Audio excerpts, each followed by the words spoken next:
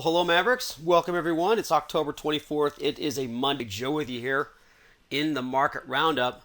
Let's get into it. I've got my 2 cents, and if you followed me on Thursday, I was dead wrong for Friday's call. So, hey, take responsibility, right?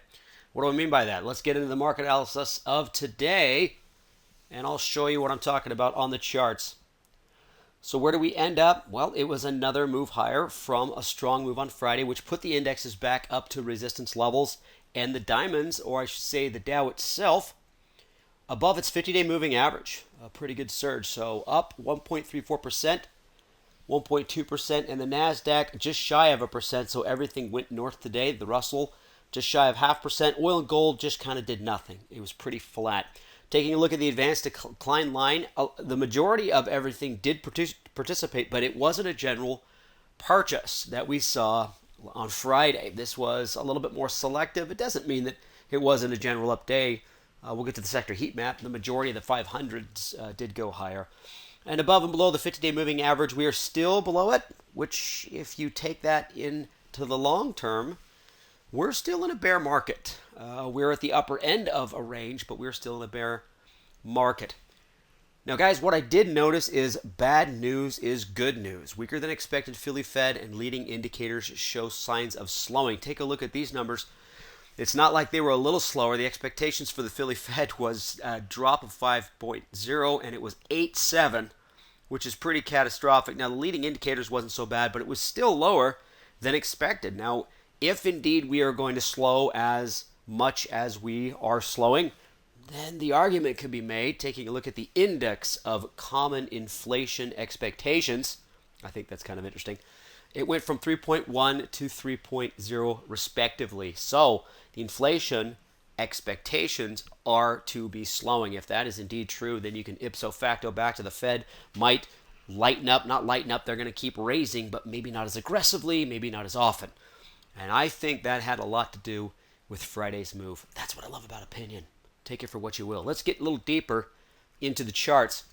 Now, what I like about today's candle and the yesterday's, or Friday's, we got some decent volume on the move Friday and about half that today. And this is where it makes people get a little bit leery when you see a decreasing volume as you start to move higher. We had this kind of a deal at this pivot point where it just stayed flat, gapped up, and this gap couldn't sustain and we fell back down. Now, I'm not going to say that we could do the exact same thing, but we're still technically at this resistance level, or if you want to make the argument for it, basically a range. We can go all the way down to that Thursday candle of last week or 2 weeks ago.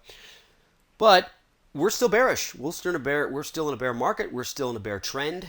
We are just on the upper side of it. Doesn't mean things can't flip around and change. But I'm not willing to abandon the whole bearish stance going through the rest of the earnings. Don't got a lot today, but we will have some bigger earnings the rest of this week and into next. I think Apple's in there, stuff like that. So we'll just have to see how it plays out up till then, or for I should say the rest of this week. So looking at the Qs, it's exactly the same chart. It's a little bit weaker, if you want to call it that. This is kind of the area I'd expect it to revisit.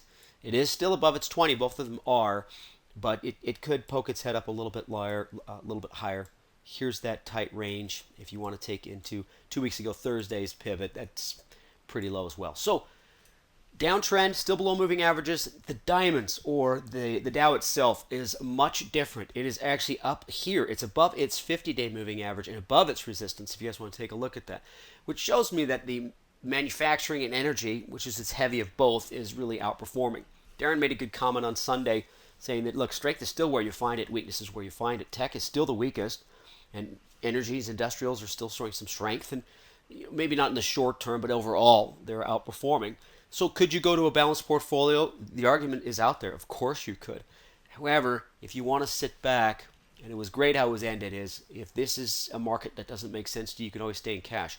Let's see if this move is done or if it's going to finish. Usually you get 3 to 5 days in a direction before it hesitates, consolidates, or even reverses trend. All right, there's my soapbox. Now, I've been wrong before, right? You guys saw my call on Friday was completely wrong. Let's get into the heat map. You could see everything in the 500 here or yeah, the upper echelon did participate. There's Netflix is down about 2.5%, but it was after a pretty good gap. Netflix to me looks like it's just a round of profit taking. Tesla's got its own little problems, but other than that, generally everything that some of the larger companies did really really well. So what am I doing with my market outlook? I'm not going to change much. You can see I did above the 20-day moving average because we're there. The slope is starting to. I've got the 50 still down, the 20 starting to turn. So I just cooled it off a little bit on my monthly outlook. Not nearly as bearish overall, but I'm still hesitant, and I do believe in that resistance level holding this week. Maybe we doji around. That was some of the conversation on the weekend class, was maybe we just kind of meander around this area and stay in this range, slowly go lower, or we might just push real high and maybe might see a couple of head fakes. I don't think that's going to come without some economic news, which we'll talk about on Wednesday. So what do I got for you? Interesting enough, I just went through some of the watch lists over the last few weeks. What's strong is strong, what's weak is weak, and what's sideways remains sideways. Got Berkshire Hathaway there. I got ConocoPhillips on the strength. Yes, both of those have been strong for a while. Well, Berkshire's been climbing itself back out, but we know that energy and oil has been doing well. And on the neutral side, I moved General Mills and Dollar General to neutral, but their argument could be made that they are pulling back and they could move higher. Coin and Etsy, once again, I'm not going to show you the charts this time, but they're still really, really good. And then on the bear side, we got Ring, TT, an older one that I pulled from a couple of weeks back, Newmont, GameStop, which I thought was interesting, and PanW. So let's just break them down. Here's Berkshire Hathaway. What I like about that is it could break the 290. So for me personally, I just believe it's a little early yet. I would like to see it get above this 290, but it pretty good push to the upside. It might hesitate here, so put this on your watch list and be leery for a little while. But if the markets aren't done with this surge, Friday started off, maybe that can continue for the rest of this week. Hey, the Fed might slow down. It's not as bad as we think. Things of that nature. Now, once again, I'll say this. It's bad for us. It's the markets that are reacting to this. Darren said that, hey, he believes we're already in recession. That's never good for people. That's not good for us. That's not good for jobs. The markets like it because that means it's going to be less pressure the Fed's going to put on it. Weird, right? It's almost ominous. So be patient with this. Let it sit there and marinate. It's probably not ready to react yet, but I do like it. Conoco is just kind of leaking higher. This is great for my traders that love diagonal spreads. I think it's good. I think it's something that could be purchased here even. It looks like it wants to hesitate here at the 125. It could even pull back to the 120. I'm fine with that. This was actually a pretty good price action for anybody that played the breakout above 115 with a diagonal spread. It's exactly how you want this thing to play out. Have it break out, move a little bit sideways while the leg that you sold decays, falls apart, and then this next surge was really great if you were holding the back leg and looking to sell again. So it's ideal. It kind of trades that way. I think it could be a pretty good trade. Moving on to the sideways or bull is General Mills. This is the first one. It has a symmetrical triangle pattern, a pretty big one.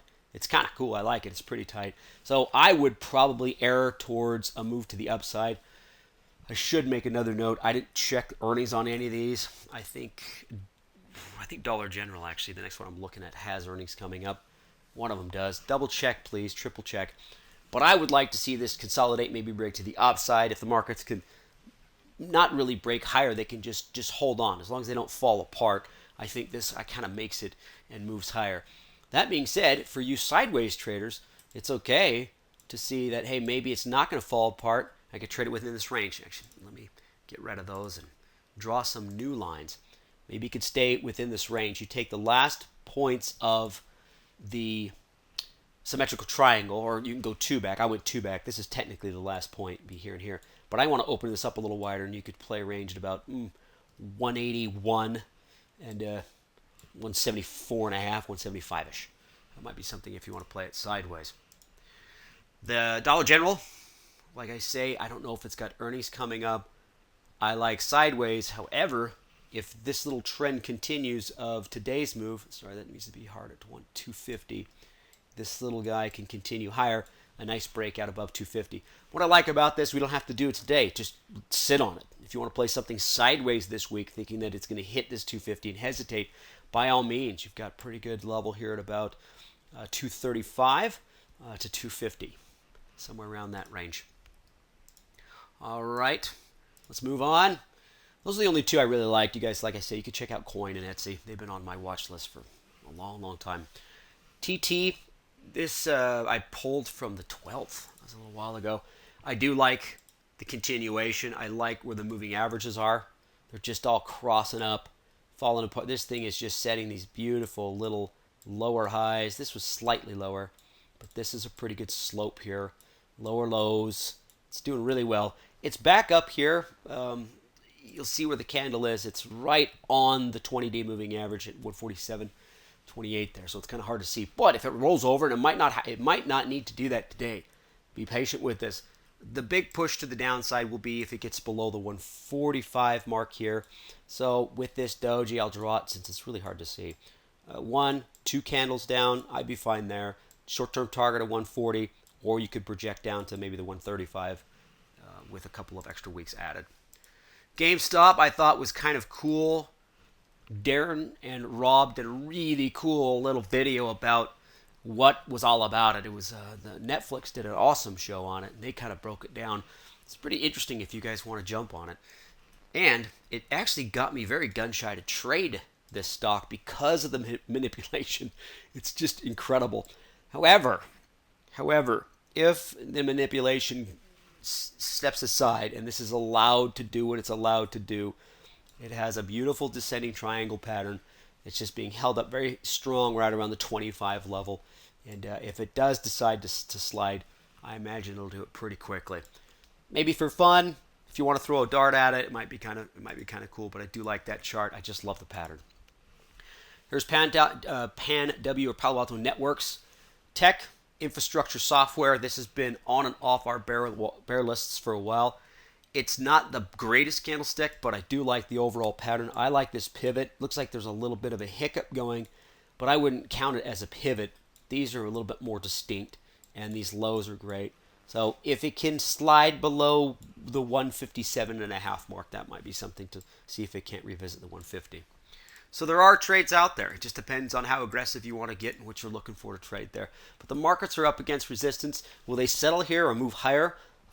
With the push that we had on Friday based on some of those economic numbers, which is my opinion, we might just be following suit here. It's a Monday morning. People that didn't get on Friday probably wanted to today.